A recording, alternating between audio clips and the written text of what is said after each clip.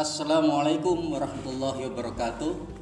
Saudara-saudara, hari ini kita kedatangan tamu Ketua PTDI Jawa Timur, Bapak Profesor Daniel Rosid, yang akan membahas tentang penceramah radikal yang hari ini sedang ngetren. Apa kabar Pak Daniel? Alhamdulillah baik, Pak Sugeng. Alhamdulillah. Ya. Pak Daniel, belakangan ini viral tentang penceramah radikal.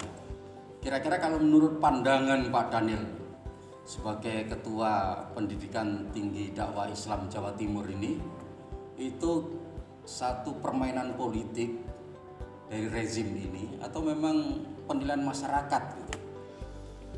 Ya, Assalamualaikum warahmatullahi wabarakatuh. Terima kasih Pak Sugeng. Kalau saya membaca narasi publik yang dibangun oleh pemerintah saat ini, memang sulit kita menghindari kesan bahwa ada narasi yang sifatnya Islamofobik, ya. Ada semacam ketakutan, ya, terhadap Islam. Seolah-olah Islam itu mengancam eksistensi negara kita, mengancam Pancasila dan sebagainya, ya. Lalu timbul salah satunya itu adalah narasi-narasi yang seperti tadi itu mengatakan ada sebagian penceramah yang dianggap radikal, dicap pemerintah sebagai radikal. Listnya tadi itu, daftarnya tadi kita tidak pernah tahu dari mana. BNPT tidak mengakui, ya. Bagi saya daftar penceramah radikal itu ya sebetulnya dan dinaikkan ke medsos ini bagian dari pengalihan isu sebetulnya. Isu apa ini? Kalau dilihat itu sebenarnya kan momennya pas itu setelah Pak Jokowi menghadiri Rapim TNI Polri bicara tentang hati-hati dengan penceramah radikal. Pas peristiwa itu atau ada isu lain? Ya, jadi kalau ada laporan dari WA Group istri perwira-perwira TNI Polri itu yang kemudian dilaporkan ke Pak Jokowi tentang banyak hal termasuk keberatan beberapa tokoh TNI Polri tentang beberapa isu nasional, apakah itu pemindahan ibu kota negara, penundaan pemilu dan sebagainya, atau antri minyak goreng, antri gas LPG 3 kilo, ya. Jadi memang saya kira momen yang tepat dalam arti tadi sebetulnya itu untuk menutupi inkompetensi pemerintah. Sebenarnya pemerintah tidak mampu memastikan kesejahteraan umum. Jadi kalau baru sekali ini kita lihat ada orang antrian bermeter-meter tentang ibu-ibu yang antri. Betul, iya. Jadi saya kira ini menyedihkan. Ya, sebagian itu bisa dikatakan sebagai inkompetensi pemerintah untuk memastikan kebutuhan pokok bagi masyarakat itu tersedia, ya. Dan itu nanti mengait kemana-mana, ya, karena pada saat yang sama harga minyak sawit itu naik, ya, di luar negeri. Jadi memang pengalihan produksi minyak sawit keluar itu lebih menguntungkan daripada dibuat minyak goreng di dalam negeri, ya. Jadi saya kira ini kelihatan sekali bahwa pemerintah tidak memiliki keberpihakan bagi kepentingan dalam negeri, lebih suka membiarkan pengusaha yang menggunakan tanah milik negara untuk ekspor, ya. Oke, kembali pada penceramah radikal, ya. Ini kan muncul hampir tiap musim, ya. Tiap tahun gitu. Tren ini ya, tren untuk narasi ini. Ya. Kalau kita lihat daftarnya itu kan ada beberapa orang yang sangat populer yang menurut hitungan kita tidak radikal gitu. Ya, betul. Ya, seperti Ustadz Abdul Somad, Ustadz Adi Hidayat. Itu sebenarnya apa ini yang? Ya, karena saya kira mereka itu sebenarnya kritis, dan kritis itu sebagai pertanda bahwa mereka itu peduli. Ya. Tapi dituduh mungkin mengurangi legitimasi pemerintah dengan kritik-kritiknya itu, seolah pemerintah itu tidak mampu, ya, Jadi saya kira kalau kemudian dikaitkan dengan kategori atau ciri-ciri penceramah radikal menurut BNPT itu nggak pas. Mereka sebenarnya tidak bisa dikatakan memenuhi 5 kriteria itu. Kalau kriteria itu dikatakan secara kriteria itu dikatakan hubungan kriteria 1 sampai 5 katakan begitu ya. Itu terhubung dan gitu. Kriteria 1 anti Pancasila, Betul. pejuang khilafah. Betul. Ustadz Adi Dayat sama Abdul Somad kira-kira memenuhi kriteria itu enggak? enggak sama sekali. Nah, mereka memang kritis ya. Kalau melihat fenomena-fenomena yang terjadi sekarang ini, memang mereka tidak bisa berdiam diri. Jadi mereka harus kritis. Jadi saya kira itu yang kemudian kok dicap radikal. Itu bagi saya agak mengherankan. Kan seperti gubernur Jawa Barat, Ahmad Heriawan. ya mantan, betul. Padahal beliau itu sangat populer, menjadi gubernur 2 kali, berarti sangat disukai oleh masyarakat Jawa Barat, bukan? Nah, jadi tentu ini kriteria yang masih debatable. Dan saya setuju dengan Pak Buya Anwar Abbas bahwa ini harus didialogkan kembali kriteria-kriteria seperti itu. Ya. Kita coba lihat dari kriteria penceramah radikal itu. Salah satunya anti Pancasila. Ini banyak rezim yang senantiasa memakai Pancasila sebagai dasar untuk menghantam orang-orang yang dianggap musuh negara. Kalau menurut pandangan Pak Daniel gimana? Iya, jadi kalau analisis saya sejak reformasi amandemen atas Undang-Undang Dasar itu sebetulnya kita tidak lagi berdiri di atas Pancasila. Pancasila itu bagi saya sudah dinonaktifkan oleh para kelompok-kelompok sekuler radikal dan terutama sila keempat. Sila keempat kan mengamanatkan permusyawarahan. Ya. Ya. Sekarang kita ini sudah sangat liberal meniru Amerika. Sistem MPR yang diamanatkan oleh konstitusi sudah digusur, ya, menjadi sistem pilihan langsung one man one vote. Yang penting itu adalah keterpilihan bukan keterwakilan. Dan kita lihat sekarang kan artis-artis itu menguasai partai-partai, ya. Mereka banyak duit dan mereka populer. Tapi apakah mereka menguasai masalah? Ini pertanyaan berikutnya, ya. Jadi kalau kemudian kita lihat banyak undang-undang yang kualitasnya buruk, kemudian harus di judicial review lewat Mahkamah Konstitusi, ya karena banyak anggota dewan yang sebenarnya tidak kompeten, ya, mengemban tugas-tugas sebagai anggota dewan untuk membuat undang-undang itu. Jadi saya kira orang yang mengatakan bahwa Pancasila ini seolah-olah masih ada dan kemudian diancam oleh Islam, itu dia sebetulnya dia bohong. Sebetulnya Pancasila itu seperti sudah tidak efektif, ya. Bahkan dikubur di bawah kaki mereka sendiri, ya, melalui aksi-aksi diam-diam untuk melakukan kudeta konstitusi. Ya, jadi ini saya kira ini yang kalau tuduhan ini kemudian dibalik tuduhannya malah seolah-olah Islam yang mengancam Pancasila, ya. Padahal mereka sendiri sudah mematikan Pancasila, ya. Jadi saya kira ini permainan narasi yang cerdik, ya, dari mereka dan kita mesti waspada, ya. Nah, kalau kita melihat, ya, pemerintahan sebelumnya itu tidak seberapa intens tudingan penceramah radikal terhadap kelompok-kelompok muslim ini. Nah, rejim sekarang ini kok itu semakin intensif. Kira-kira apa yang terjadi di belakang itu? Ya, perlu disadari bahwa sejak reformasi itu sebetulnya satu gerakan yang dirancang oleh kelompok-kelompok sekuler radikal, termasuk yang kiri dan nasionalis, ya. Tetapi mereka butuh waktu untuk menyusup ke banyak elemen-elemen eksekutif, legislatif, bahkan mungkin yudikatif, ya, dan melalui banyak partai, ya. Jadi kalau mereka butuh waktu, ya, dan sekarang saya kira sudah cukup matang bagi mereka untuk dengan lebih terbuka, ya, membangun narasi-narasi Islamofobik, mengatakan bahwa Islam dan negeri ini terancam oleh Islam, padahal sesungguhnya sejak awal Pancasila itu sudah digusur oleh mereka sendiri. Jadi saya kira ini akal-akalan mereka yang jahat dan saya kira kita mesti tahu nih kenapa kok justru sekarang ini, ya? Dan kelihatannya pemerintah sekarang ini memberi angin pada kelompok-kelompok ini, diadopsi dalam berbagai macam lembaga, ya, eksekutif terutama, yang ini kemudian akan mudah sekali, ya, membuat narasi-narasi Islamofobik itu untuk menekan umat Islam, ya. Saya kira demikian, Pak Sugeng. Itu termasuk juga tuduhan soal khilafah itu ya. Itu yang dimainkan, dinarasikan untuk memojokkan umat.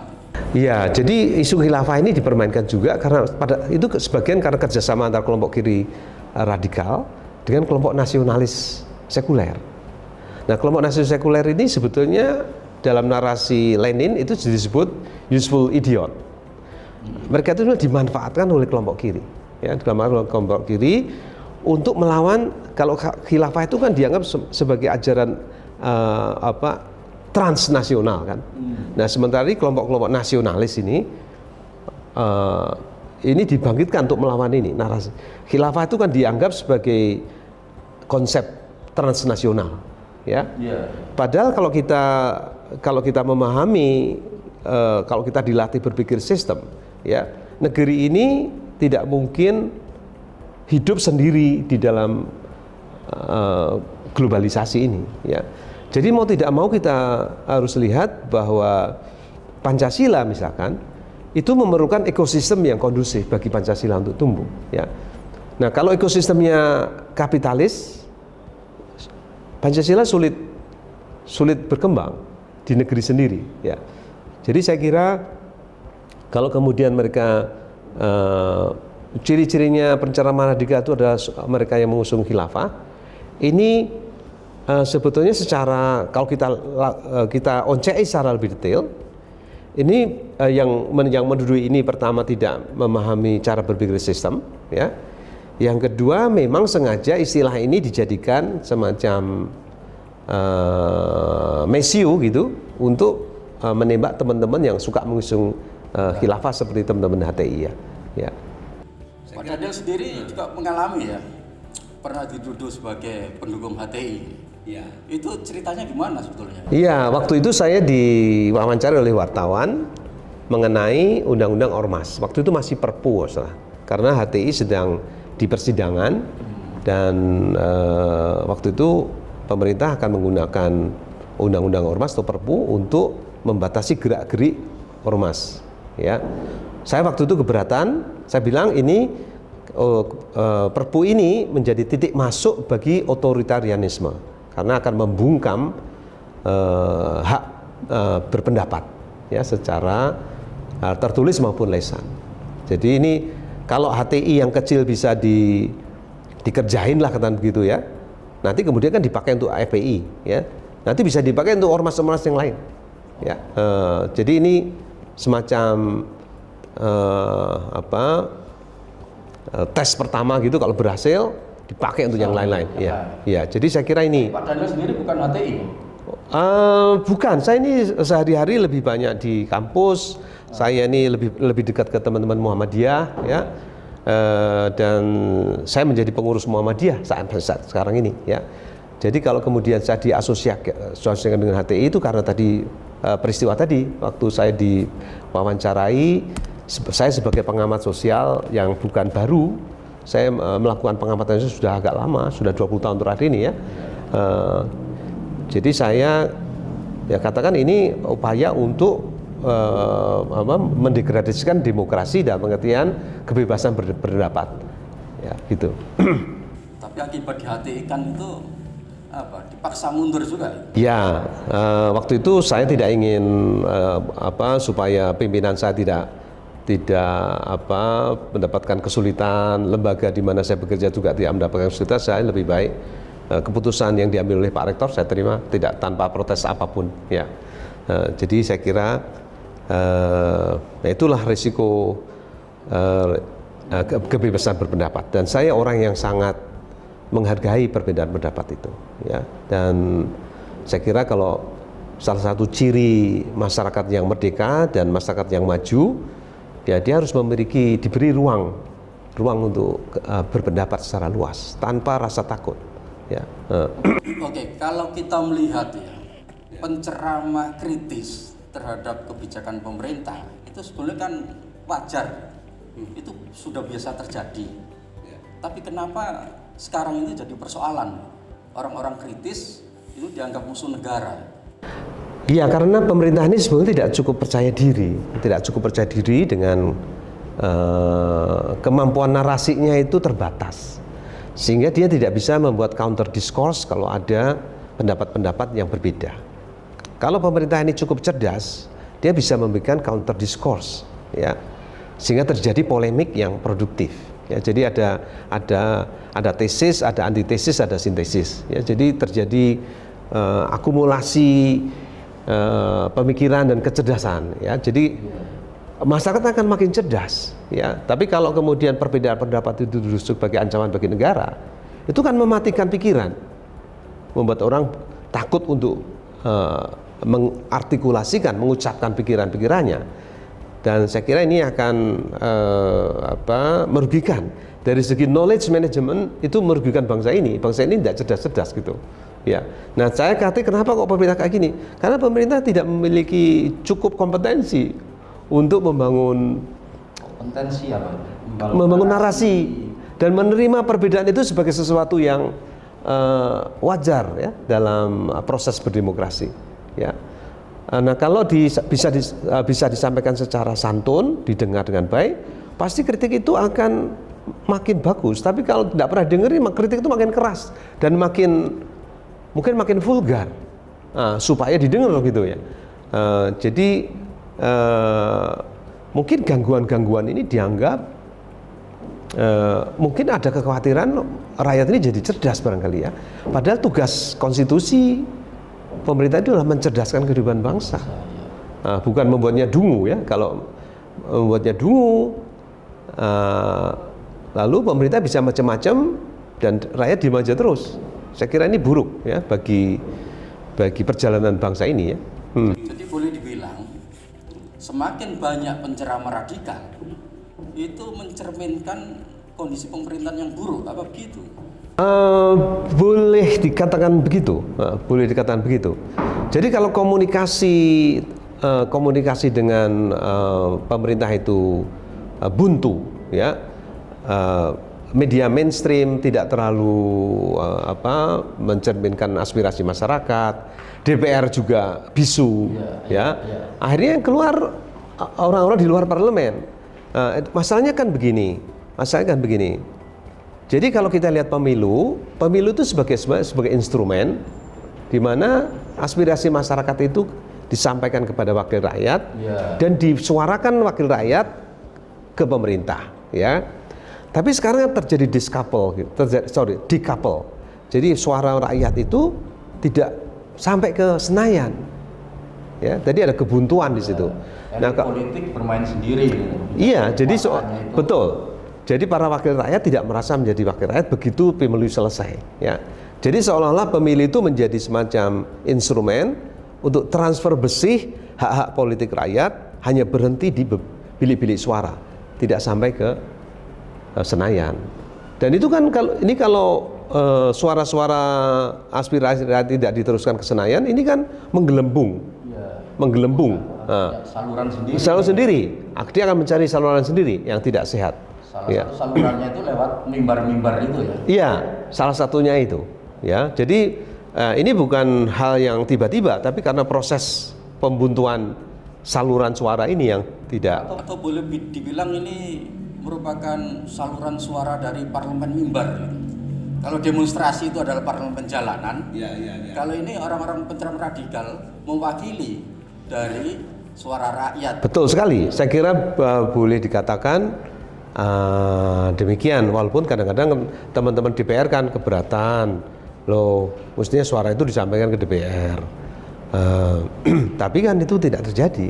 Ya, jadi kalau DPR cukup aspiratif, media mainstream cukup aspiratif, tentu tidak perlu ada penceramah radikal ini. Ya, jadi saya kira ini juga tanggung jawab media mainstream, ya, untuk bersikap objektif dan cover both side. Kalau prinsip-prinsip jurnalistik kan cover both side ya. Ada suara A, ada suara yang berbeda dengan A. Dan itu harus dikomunikasikan sehingga faktanya itu lebih komplit ya, lebih objektif dan supaya waktu kita mengambil keputusan itu lebih pas. Tapi kalau suaranya cuma suara yang baik-baik melulu ya, yang buruk-buruk tidak sampai ke pemerintah, ini kan tidak ketemu peta menyeluruhnya ya. Ya, apakah pemberian stigma penceramah radikal ini ya kira-kira apa malah bisa menekan munculnya orang-orang radikal atau malah muncul tambah keras itu? Akan mulai saya justru akan tambah keras ya. Jadi ini tentu ini sikap yang counterproductive, yang tidak produktif. Pemerintah tidak mengerti caranya mengelola perbedaan pendapat, tidak menguasai public relation ya, akhirnya menggunakan cara-cara represif ya, penangkapan, karakter assassination, pembungkaman secara umum. Saya kira ini ciri-ciri negara otoriter kalau seperti itu ya. Jadi saya kira ini kita secara umum kita ini sedang berada dalam satu trajektori di mana kualitas demokrasi kita menurun, dan ini saya kira mengancam eksistensi kita ya sebagai bangsa ya. Ya. Apakah penceramah radikal itu bagi pemerintah begitu merugikan sehingga harus di stigma, dihalangi, dihadang? Ya, itu akan membuat mereka pemerintah menjadi kehilangan legitimasi memang. Ya, jadi ini lewat mulai dari pemilu yang dipersoalkan, ya kebersihannya, karena data pemilih yang tidak kredibel, ya. Termasuk pemilu ditunda, itu kan banyak dikritisi. Betul, apalagi sampai segitu, ya.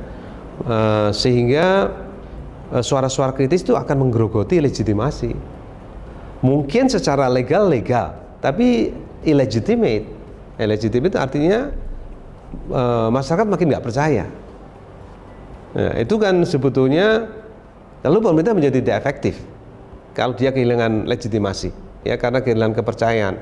Nah, sebetulnya modal dasar pemerintah sebenarnya kepercayaan masyarakat. Tapi kalau dia kehilangan kepercayaan, ya dia bisa-bisa program-programnya tidak efektif, gitu ya. Jadi sebetulnya tadi kekhawatiran yang timbul dari kekritisan para penceramah itu, bahwa pemerintah akan kehilangan legitimasi, Pak Sugeng. Ya. Ya. Semestinya gimana ya naknya? Jadi penceramah itu pemerintah mesti maunya penceramah itu ngomong yang baik-baik, mendukung program pemerintah. Ya. Tapi ya. Sebetulnya tugas penceramah itu mestinya kayak apa sih? Penceramah itu sebetulnya menyampaikan kebenaran, ya, menyampaikan fakta, menyampaikan realitas yang lebih objektif, ya, mungkin dengan data dan sebagainya, ya. Dan saya kira memang tadi kalau tugas-tugas media, tugas-tugas parlemen itu berjalan efektif, sebetulnya ini akan mengurangi tingkat kritisisme para penceramah ini, ya. Jadi saya kira pertama menyampaikan kebenaran, tugas tadi ya. Kemudian memotivasi supaya para pendengar itu termotivasi, ikut berpartisipasi dalam kegiatan-kegiatan masyarakat dan katakan pembangunan secara umum lah ya. Dan kemudian jangan sampai fakta-fakta yang sebetulnya buruk itu tidak menjadi bahan dari evaluasi. Jadi kalau kita lihat siklus kebijakan pemerintah, itu kan ada perumusan, formulasinya, kemudian implementasi, ada evaluasi, lalu ada perbaikan kan. Nah evaluasinya ini kalau evaluasi dibuat asal-asalan, semuanya serba baik, ya, kan ini justru buruk ya bagi pelaksanaan kebijakan pemerintah. Ya. Jadi itu biasa dalam administrasi publik. Dalam proses-proses administrasi publik itu dibutuhkan evaluasi. Itu kalau pemerintahnya good governance ya, memerintah dengan baik. Ya. Kalau enggak ya, enggak mau menerima evaluasi Pak Sugeng. Kesimpulannya kalau mau menghilangkan penceramah radikal itu ya jangan sampai terjadi pemerintah membuat keputusan-keputusan yang buruk gitu ya. Iya, betul. Misalnya kasus yang terbaru aja, penembakan dokter di Sukoharjo itu pasti menimbulkan kritik yang keras itu. Sangat keras ya, dan itu saya kira nanti pemerintah akan menghadapi masalah di dunia internasional ya. Kalau mudah sekali membunuh orang tanpa alasan yang jelas dengan alasan terorisme, itu alasan yang tipis, alasan yang sebenarnya tipis sekali ya. Itu alasan yang sangat tipis dan alasan biasanya sangat politis ya. Tidak ada dasar yang meyakinkan pemerintah punya hak untuk mengambil nyawa orang lain dengan alasan-alasan yang kayak gitu ya. Tapi memang kalau kita lihat dari faktanya ada beberapa penceramah itu yang isinya ya menghasut, mengadu domba, main tuduh gitu. Nah, yang penceramah kayak gini ini gimana cara menyadarkannya? Ya. Apakah itu memang radikal atau punya orientasi lain? Ya, ada gaya bahasa dan gaya bertutur yang buruk ya. Tetapi kalau penceramah radikal itu mestinya, kalau penceramah radikal dalam arti dia lebih konseptual, lebih substantif ya, itu mestinya didengar oleh pemerintah malahan ya, diajak ngobrol ya. Tapi kalau cara bertuturnya memang kasar ya, tidak, kadang-kadang malah tidak substansial ya, itu sebetulnya sasaran kritiknya jadi tidak kena sasaran ya. Sebetulnya kalau ada suara-suara yang kritis itu sebelum menjadi vulgar itu segera ditangkap oleh pemerintah untuk dijajak ngobrol, tidak kemudian ditangkap lalu dikriminalisasi ya. Kalau itu yang terjadi malah buruk. Iya, tapi yang dipersoalkan ya, yang dianggap mengganggu itu kan penceramah-penceramah yang takfiri, kemudian nuding bid'ah. Itu kan faktanya memang ada tuh itu. Ya betul. Apakah yang khusus seperti ini yang jadi persoalan itu? Saya lihat ternyata yang dipersoalkan pemerintah tidak cuma itu. Jadi itu dijadikan semacam alasan awal gitu, alasan awal untuk menangkap yang lain-lain. Itu yang buruk. Jadi menangkap sebenarnya nggak radikal itu ya. Iya, jadi ulama-ulama yang kritis dan menyampaikan kritiknya itu dengan cara yang cukup santun, itu terkena imbasnya oleh ceramah-ceramah yang ingin sekedar mendapatkan popularitas dengan cara dakwah atau cara berceramah yang vulgar ya. Dan itu pun sebetulnya ada semacam penggemarnya. Nah, itu masalah di situ Pak Sugeng. Jadi masyarakat sendiri kadang-kadang menyukai penceramah-penceramah yang vulgar seperti itu ya. Itu juga disebabkan karena pemerintah tidak cukup memberi pendidikan yang baik ya, sehingga sebetulnya kan kalau masyarakat itu cerdas, dia bisa memilih kok, mana memilah dan memilih kok penceramah-penceramah yang masuk akal dan diikuti yang mana ya. Tapi kalau masyarakatnya dibiarkan bodoh ya, apalagi ditekan banyak masalah secara ekonomi, mereka akan mendengarkan penceramah yang aneh-aneh ya, termasuk yang mengajak ke kekerasan, terorisme dan sebagainya ya. Itu karena masyarakat kita itu dalam keadaan kehilangan induk ya.